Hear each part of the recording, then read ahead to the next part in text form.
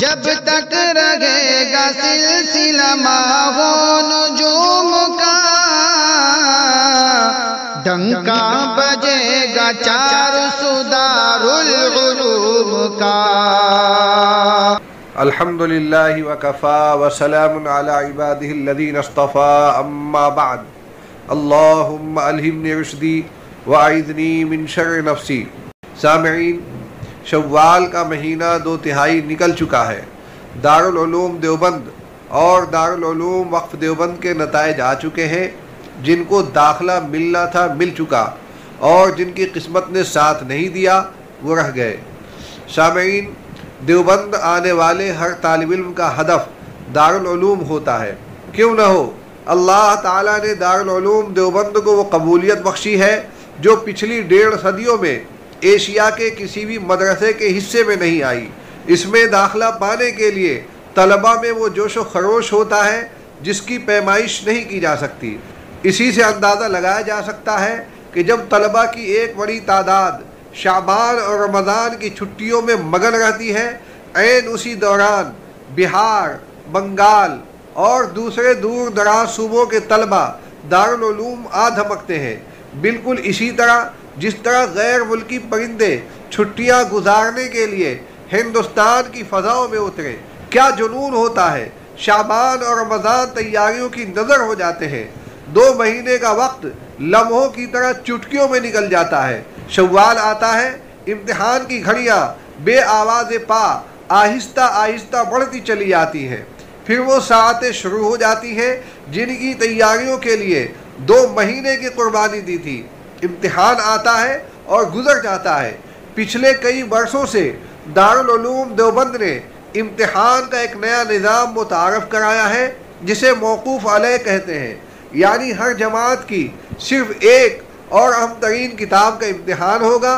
इस इम्तिहान में जो कामयाब होगा उसे अगले इम्तिहानात में भी मौका दिया जाएगा, और जो यही पिट गया तो उसके दरवाजे इस साल के लिए बंद। खेल की इस्तिलाह में इन 2 मरहलों को आप सेमीफाइनल और फाइनल भी कह सकते हैं। सामीन, जिन तलबा के नाम मौकूफ़ अलैह में आ गए तो उनकी हिम्मत बढ़ जाती है और सोचते हैं कि अब मैदान मार ही लिया जाए। अगले मरहले की तैयारी में जी जान से जुट जाते हैं। इम्तिहान आता है, अब दिल धक धक करता है। नब्ज़ की तेज़ रवानी में ये मरहले भी तय हो जाते हैं। अब नताइज का इंतज़ार है, शिद्दत से इंतज़ार। जिस तरह बुलबुल को फसले बहार का होता है, दिल की धड़कन बढ़ती और चढ़ती चली जाती है।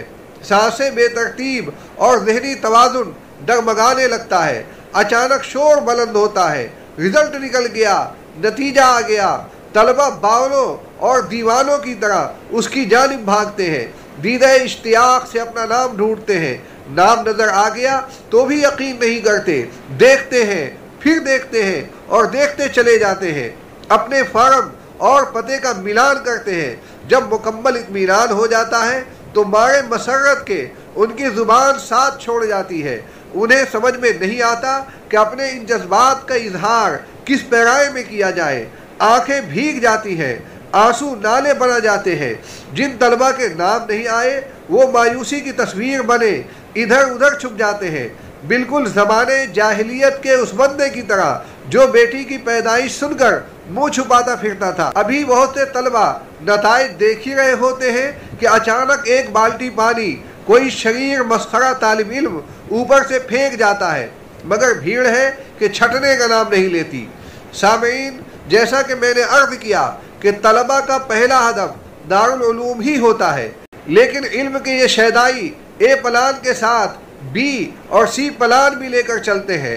ए प्लान तो दारुल उलूम से मुताल्लिक होता है, बी प्लान दारुल उलूम वक्फ देवबंद से मुताल्लिक, और सी प्लान इन दोनों के अलावा देवबंद के बकिया बड़े इदारों से मुताल्लिक। ये मनसूबा बंदी गलत भी नहीं है, मगर मसला यहाँ बिगड़ता है कि बहुत से तलबा किस बयानी से काम लेते हैं और अपने वालिदैन को अंधेरे में रखते हैं। उनका दाखिला दारुल उलूम और वक्फ दारुल उलूम में नहीं होता, वो सी प्लान वाले इदारे में पढ़ रहे होते हैं और अपने अहले खाना को बताते हैं कि मेरा दाखिला दारुल उलूम में हो गया है।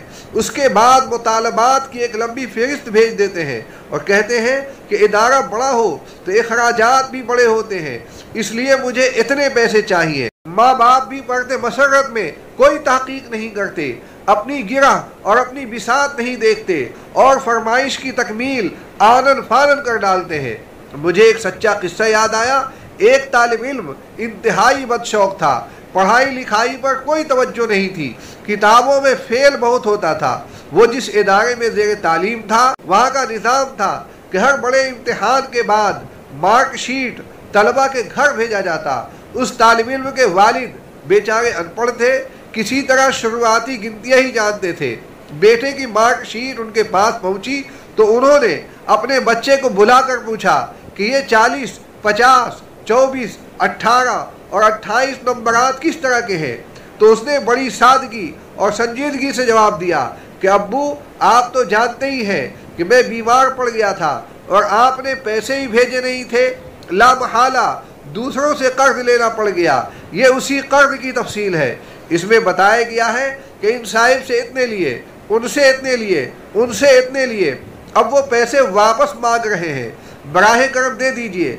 बाप इस बच्चे की जादूगरी में आ गया और जो टोटल बना था उसे ये कहकर दे दिया कि जा और अपने कर्ज अदा कर दे। सामीन, दारुल उलूम में दाखिला मिल जाना खुशी की बात तो है, लेकिन मेयारे कमाल नहीं है, और दाखिले से महरूम रहना कोई जहालत की दलील नहीं है।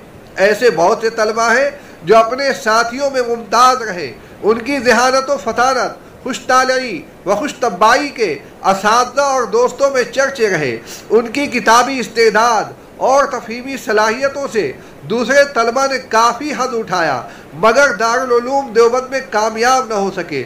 उन तलबा की तादाद भी शुमार से बाहर है जिनका फिसड्डीपन असातिज़ा और रफ़क़ा के दरमियान वाज़ेह था। सबका यकीन यही था कि ये इम्तिहान के पहले मरहले में ही किस्मत की बाजी हार जाएंगे, मगर उनका सितारे बुलंद उन्हें सर पर दौड़ाता रहा और एक दिन वो भी आया कि उनका नाम फज़लाए दारुल में शुमार हुआ। दारुल उलूम में दाखिले का ताल्लुक खालिस तकदीर से है।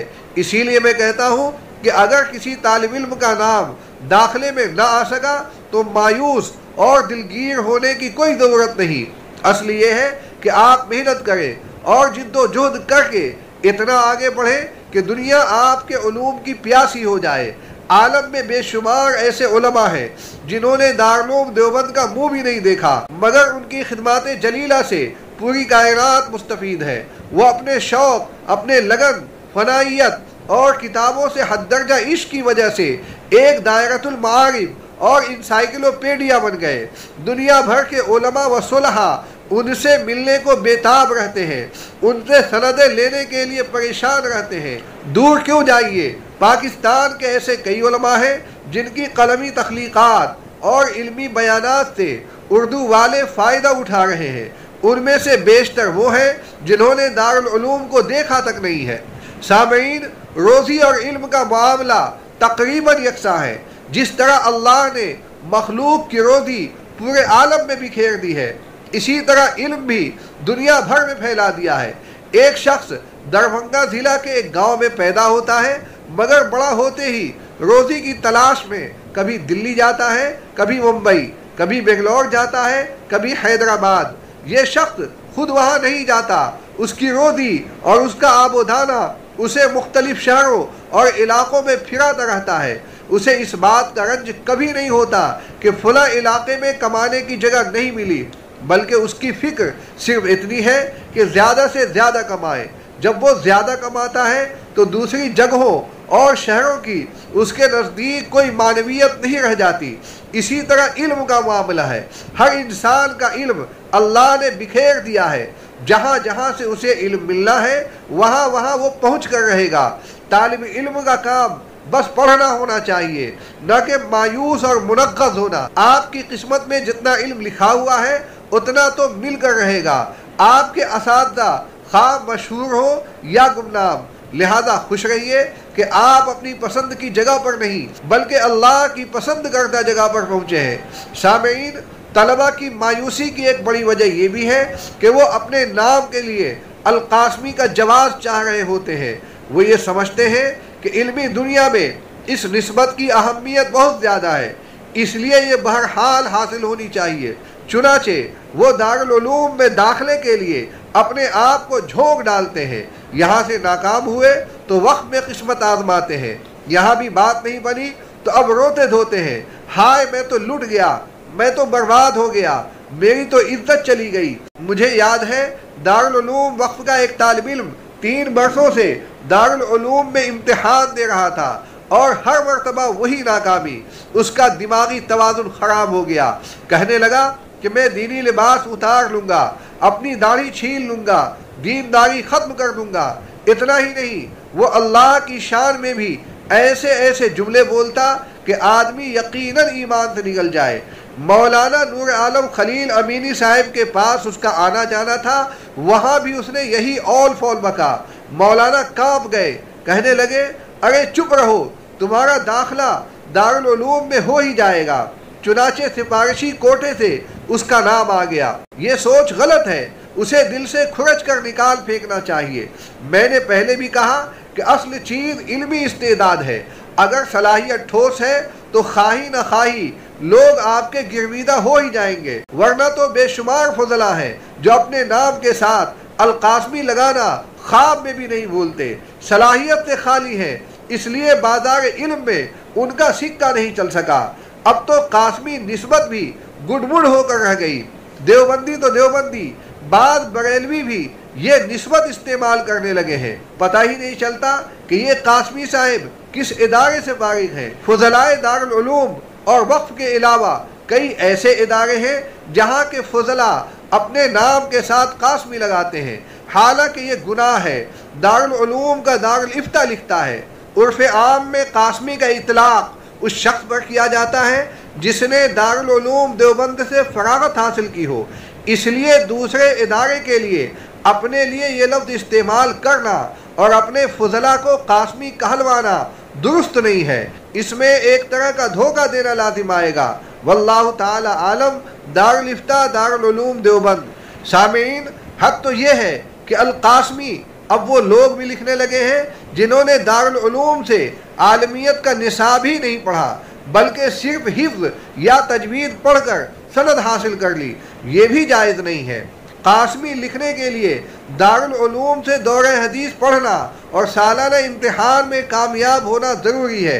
ये जुनून तलबा से ख़त्म होना चाहिए। हमारे कदीम अकाबिर ये निस्बत नहीं लगाते थे। सबकी शोहरत अपने अपने वतन की निस्बत से थी।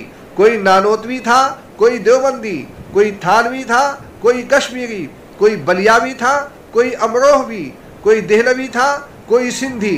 गरज एक तवील सी फेरिस्त है। ये सिलसिला अल्लाह जाने किसने शुरू किया, फिर वो चला तो ऐसा चला कि एक होड़ सी लगी हुई है। मुझे याद आया, मैं एक कंप्यूटर ऑपरेटर के पास गया।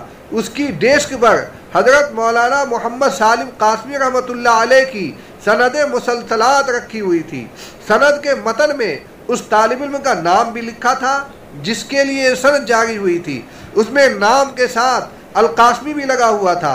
नाम का इब्तदाई हिस्सा देखकर मैंने समझा कि ये तो फला है जो फला इदारे में ज़ेर तालीम है। फिर जब अल कास्मी देखा तो मैंने दिल में कहा कि ये कोई और तालिब इल्म होगा, बस नाम में यकसानियत है। ऑपरेटर और मैं कमरे के बाहर बैठा था और कमरे के गेट पर पर्दा लटका हुआ था। अचानक तेज हवा चली तो पर्दा हट गया। मैंने देखा कि ये तो वही तालिब इल्म है जिसकी तरफ पहले ही मेरा ध्यान गया था। मैंने उससे पूछा कि बेटे ये सनद तेरी है? कहने लगा जी। मैं हैरान रह गया क्योंकि मुसलसलात की सनद दौरे वालों को मिलती है और ये तालिब इल्म अरबी दोम का था। दोम का तालिब इल्म अल कास्मी लगा रहा था। ये फ्रॉड नहीं तो क्या है? सामीन, हकीमुल उम्मत मुजद्दिद मिल्लत हजरत मौलाना अशरफ अली थानवी रहमतुल्लाह अलैह को निस्बतों की ये मुसाबकत बिल्कुल पसंद नहीं थी। वो उसे एक बीमारी से ताबीर करते थे और कहते थे कि ये गरोह बंदी ही की एक शक्ल है। एक मौके पर फरमाया, आजकल तहज़्ज़ुब यानी गरोह बंदी का मर्द बहुत बढ़ गया है।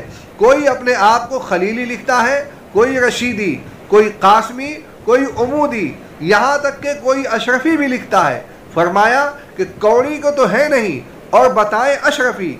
अगर इन निस्बतों से अहले बिदात से इम्तियाज करने की ज़रूरी मसलहत है तो इमदादी काफ़ी है। माहनामा अल-हादी बाबत माह ज़ीक़ादा 1354 हिजरी सफ़ा नंबर 17। सामीन, हज़रत थानवी की बसीरत को सलाम करना पड़ता है कि जिस चीज़ को उन्होंने आज से 100 बरस पहले पसंद नहीं किया था, वही चीज़ धोखे और फ्रॉड की सारी हदें फलांग चुकी है। हज़रत थानवी का ये मलफूज जब से मेरे इल्म में आया है, मैंने अपने नाम से अल-कासमी हटा दिया है। सामीन, इस मौके पर मुझे उन मोहतमीन से शिकायत है जो अपने इदारे में तदरीस के लिए कासमीयुन निस्बत आलिम को तलाश करते हैं और ये नहीं सोचते कि असल चीज़ निस्बत नहीं होती बल्कि सलाहियत होती है। इसीलिए झूठी निस्बतों का सैलाब आ चुका है। मौलवी किसी भी इदारे का फाजिल हो, उसकी इस्तेदाद का अंदाज़ा या तो इंटरव्यू से लगाया जाए या बच्चों के असबाक एक दिन उनसे मुताल्लिक किए जाएं, फिर तलबा से पूछ लिया जाए कि असबाक पसंद आए या नहीं। निस्बत से किसी का इल्म नापना बिल्कुल ऐसा है जैसे तरबूज का छिलका देखकर उसके कच्चे होने का फैसला कर डालना। हालांकि छिलके का हरापन इस बात की दलील नहीं कि उसका गूदा भी हरा ही होगा। सामीन, तलबा को मेरा मशवरा है कि तन बतकदीर रहें, अल्लाह के फैसले पर शादमा रहें और जहाँ दाखिला हुआ है वहीं दिलजमई से पढ़कर खुद को ऐसा बनाए कि दुनिया अश अश कर उठे। अल्लाह से दुआ है कि हमें इल्म नाफे और अमल सालेह से नवाजे और नामो नमूद की बुराई से हम सब की हिफाजत फरमाए। व आखिर दावाना अनिल हम्दुलिल्लाहि रब्बिल आलमीन।